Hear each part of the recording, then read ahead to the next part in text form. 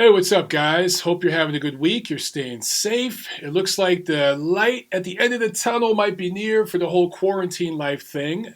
Depending on what part of the world you're at, it might be a little longer than others.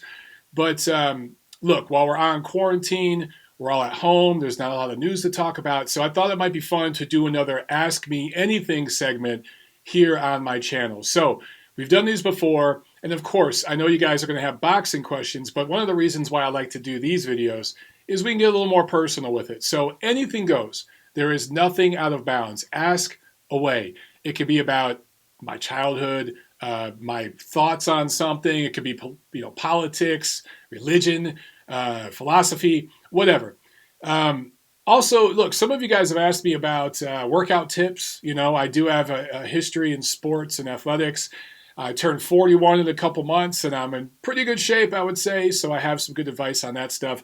Also, some of you guys have asked me about relationship advice before, particularly some of you younger guys, advice with the ladies.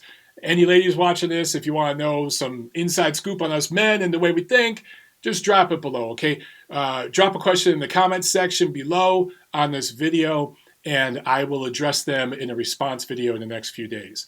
But I also want to put you guys on to an interview I saw with Paulie Malignaggi on IFL TV. It's about 13 minutes long, and I will pin that in a comment below so you guys can see that. Make sure you check it out because it hit home with me in a couple of points Paulie made. Now, say what you will about Paulie. Look, in the past, I've had some issues with some of the things he said. He kind of, especially when he went with PBC, he kind of towed the promotional line a little bit. But when it comes to, I guess, anything that's an issue that's bigger than boxing and just about life in general, Paulie has been pretty consistent on that shit. And whether you agree with him or disagree with him, what I really respect about the guy, he's one of the few people out there that is not afraid to tell the truth. Many people, most people, are just afraid to give their thoughts on certain subjects, or they kind of toe a political line. And with him, he just tells you the truth. He just tells you the way he sees it. So on this interview with IFL TV, he was asked about Devin Haney's comments. And I just really appreciated what Paulie Malignaggi responded with. Now, he didn't bring it up because he wanted to. He was asked about it. And he said some things that I think will ruffle some feathers. And some of the people who have defended Paulie in recent years are suddenly going to go after him. But he only brought this stuff up and addressed it because he was asked about it. So let's back up just a bit and talk about Devin Haney's comments. I'm not going to go into too many details. You guys all know right now about the white boy stuff with Vasily Lomachenko. He was on a channel that expresses a very extremist radical viewpoint. And I think Devin was, maybe a little bit of peer pressure trying to pander to that base, and he slipped up and he said something that did offend a lot of people. Some people out there laughed it off like this shouldn't be offensive. Some people were offended by it. Some people, I think, were overly outraged, but it's 2020. That's the norm. But to Devin Haney's credit, he's walked the comments back. In fact, I'm looking here on my screen. You guys can't see this, but I'm looking here at his Twitter account. And I'll read a little bit of this tweet he sent out yesterday. It reads, over the last couple days, I've had time to reflect on a lot.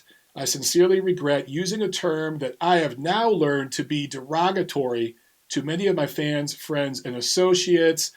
And he goes on from there. So some people, it's funny, I expanded this tweet and I looked at some of the responses. And some of you guys out there are like, I'm never going to forgive you. Once a racist, always a racist, blah, blah, blah. Look, I think some of you need to lighten up. Just unclench your asshole a little bit. This kid's 21. He said something stupid, but I hardly believe that any of you watching this have never said something stupid yourself. I've said plenty of stupid things. It's part of being a human being, especially one in your early 20s. Now, was it a racial term? Was it a racist term? Was it derogatory? I mean, we can go back and forth on that. I think clearly, if you look at the context of the way he used it, there is a dynamic there that at least indicates, hey, I'm superior, this group's inferior. That's the very definition of racism. A lot of people overuse that term, racist. It's probably the most overused word in the English language today. But there's a difference between saying something that could be interpreted as racist and being a racist. Do I really think Devin Haney hates Caucasian people? I don't think that. I truly don't believe that.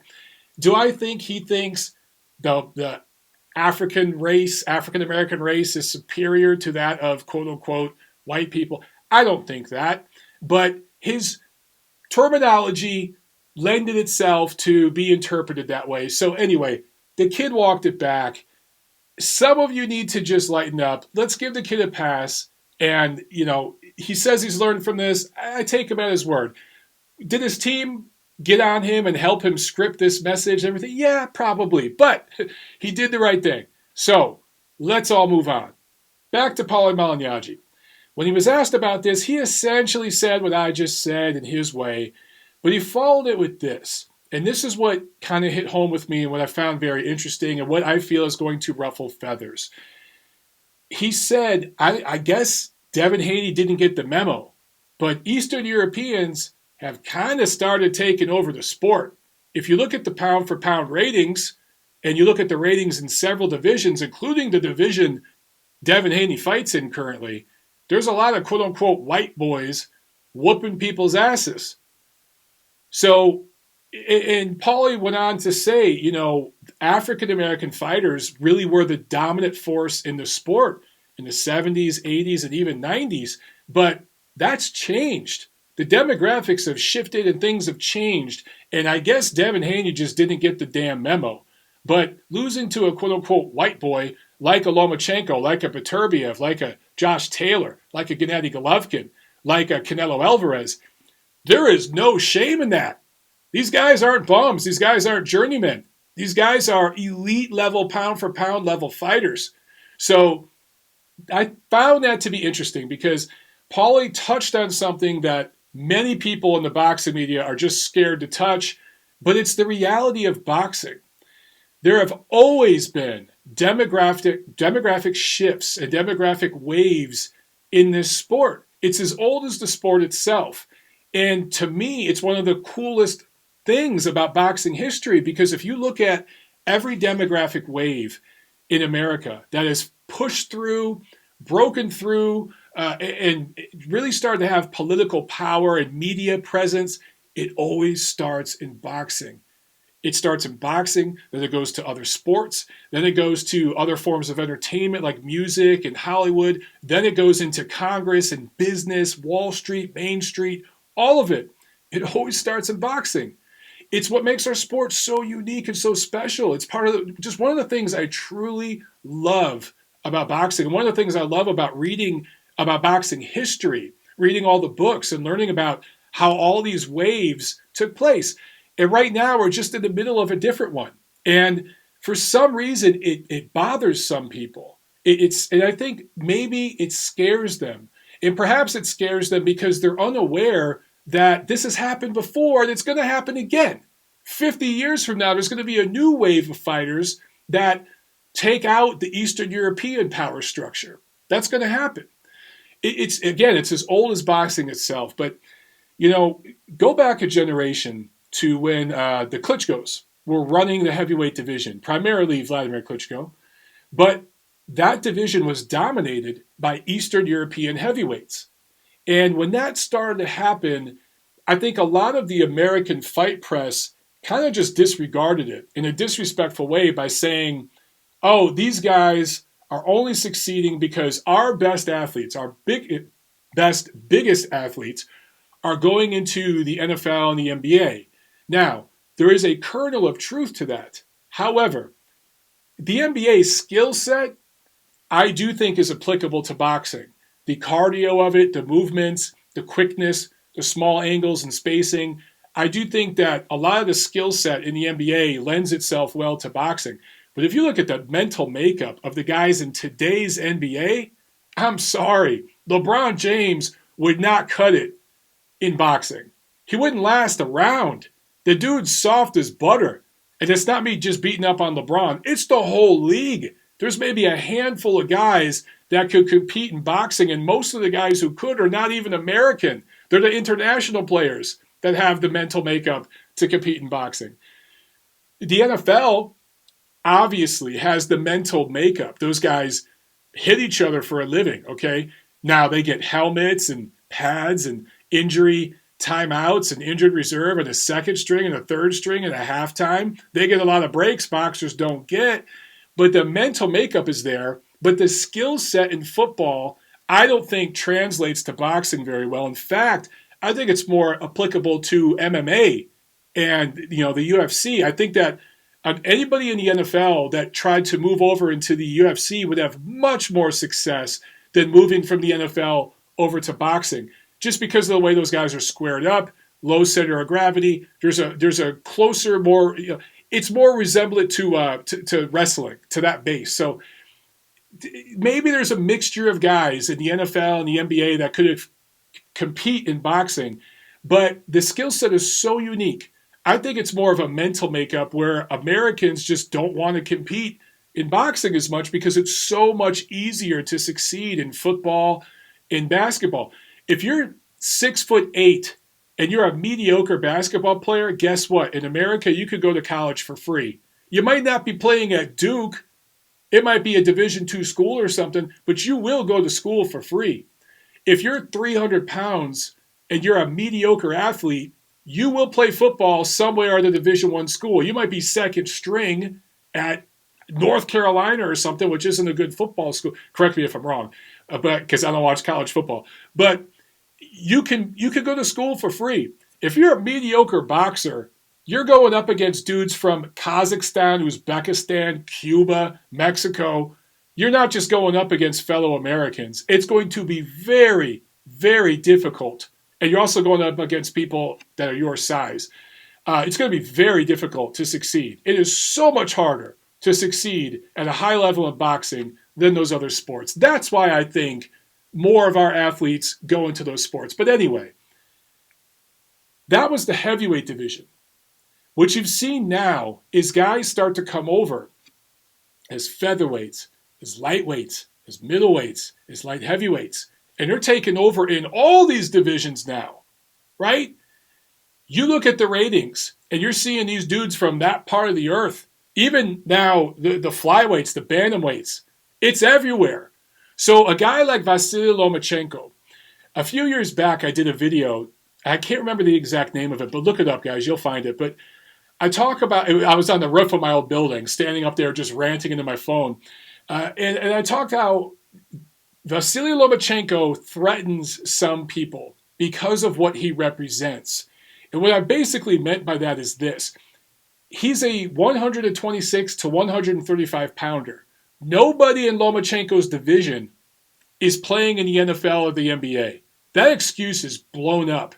Guys like him and guys in some of these other divisions, and it's not just Eastern Europeans. Again, a guy like Canelo Alvarez is a white guy from Mexico that from 154 all the way up to 175, I'd say 168, he's a top fighter. No one his size is in the NBA, okay? So those excuses people use to, in my opinion, disrespect the previous heavyweight generation and disregard it. You can't use that excuse anymore. These guys, they're fighting in divisions where there's no NBA players there, okay? The best American athletes that are 126 pounds, still, a lot of them still compete in boxing. The difference now is the floodgates have opened, and these guys from the other parts of the world, people have paved the path for them, and they're starting to follow the lead, the example that was set for them in the previous generation. This is something that's happened time and time again throughout boxing history. As I've mentioned before, I'll continue to mention it. It's a good thing. It's not a bad thing. And I think that a lot of the people that are just scared right now of this new wave and use these terms, white boy, overrated, limited brawler, privilege. You always hear privilege associated with Vasily Lomachenko. What privilege? What privilege did he come over here with? What golden road did he have paid for him? In the dude's second pro fight, he was willing to fight for a world title. I think it was, his third or fourth pro fight? He fought for another world title. That was him stepping up. What breaks did Lomachenko get in that Orlando Salido fight? Orlando Salido's a former drug cheat. He cheated on the scales. He cheated throughout the fight going low.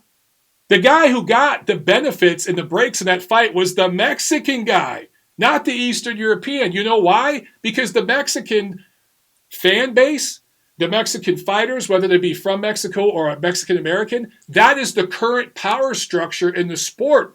Demographically speaking, that's the power structure.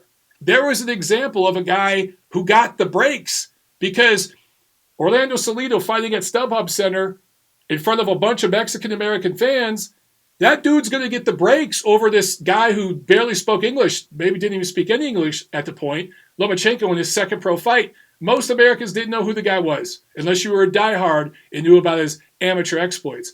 So there is an example right there. Where the fuck was the privilege? Where was the privilege for Sergey Kovalev against Andre Ward? Where was the privilege for Gennady Golovkin against Canelo Alvarez? I could go over this time and time again. Canelo Alvarez did have a little bit of privilege against Floyd Mayweather because there's no damn way that fight was competitive and CJ Ross had it a draw. So that, again, the demographic thing is not always about color. I think people focus on color too much. Sometimes it's about culture, heritage, nationality. For the umpteenth time, Hispanic is not a race. Canelo Alvarez, Irislandi Lara, and Juan Francisco Estrada are three different races. It's not necessarily about race or color. Sometimes it's about, there are other, demographics can mean a lot of things, guys. It can mean nationality, heritage, culture. It can mean race. It can mean gender. It can mean age, class. It can mean a million different things. So all these things play a factor. But anyway, I just found that interesting. And let me just to drive this point home, okay, you could go to BoxRec and you could pull up the Ring Magazine's annual ratings going back to the 1920s. But going back to 1989, you could pull up their pound-for-pound ratings. And it's a really cool feature that BoxRec has. There's so many stats on there that you guys could dig into. But I wanted to read for you the 1989 pound-for-pound ratings by Ring Magazine. Number one is Mike Tyson. Then it's Julio Cesar Chavez, Pernell Whitaker, Michael Nunn, Antonio Esparragosa, Meldrick Taylor, Azuma Nelson, Raul Perez, Virgil Hill, and Marlon Starling. That's dominated by black fighters, black American and non-American, but that's clearly dominated. That's what I think many people still have in their mind when they think about boxing.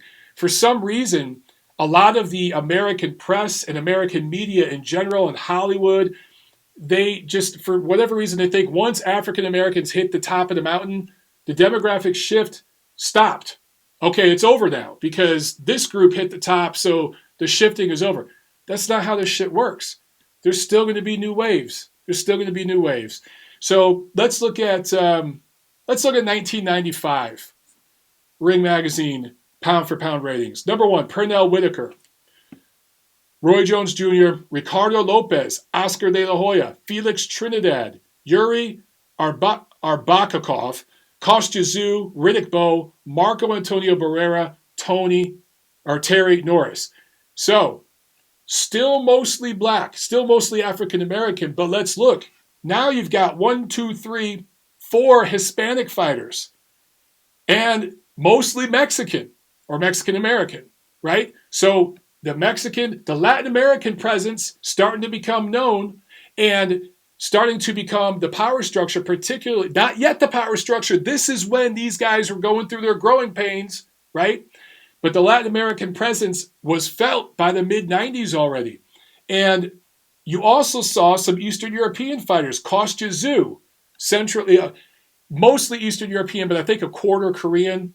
And then you had Yuri Arbakakov, who is a Russian-Japanese fighter, I believe. So a little guy, small fighter. So there's a little bit of Eastern European / Central Asian influence coming in as well.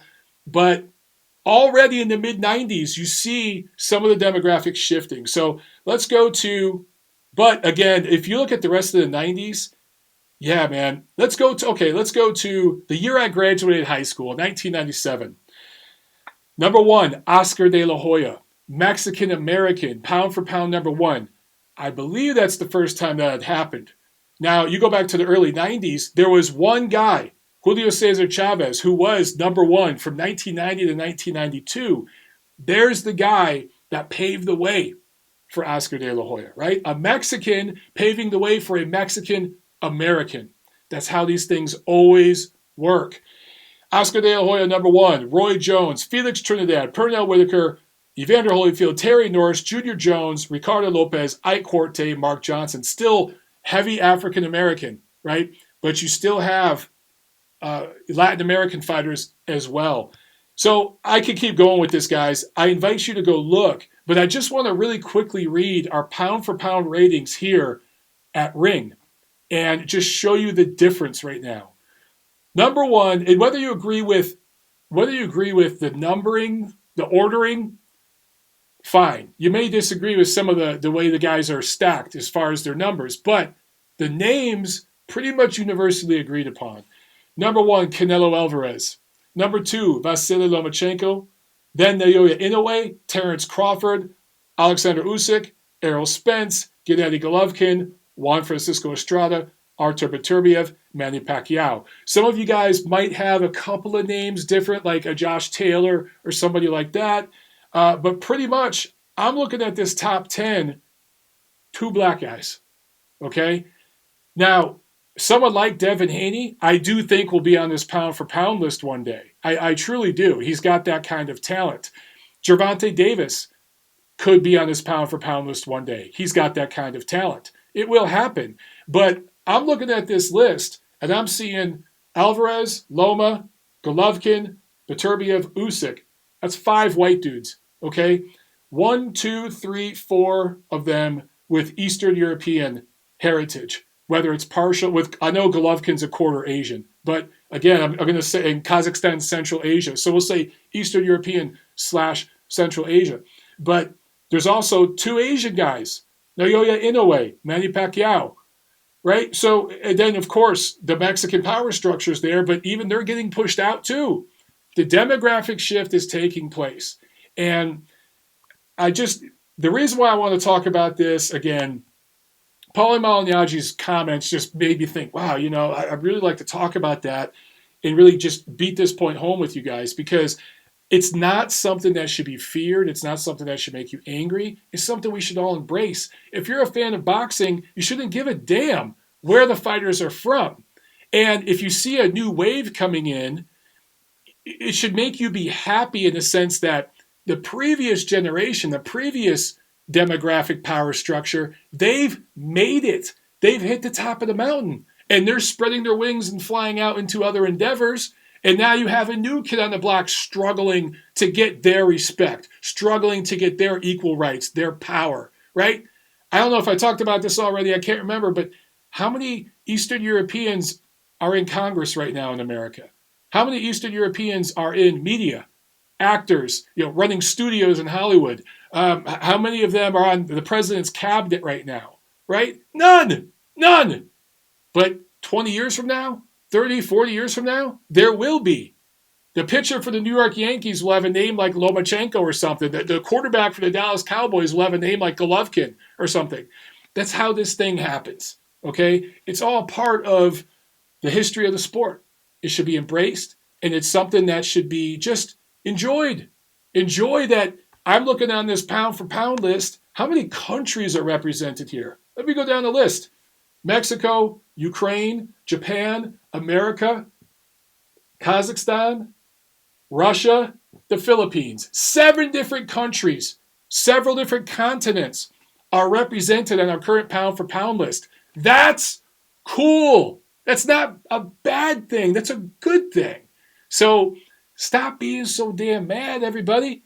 And, Devin Haney, and this is something that Paulie said too, Devin Haney and a lot of these fighters out there of all walks of life, at some point, if they fight some of these Eastern European dudes, they're probably going to lose to a white boy.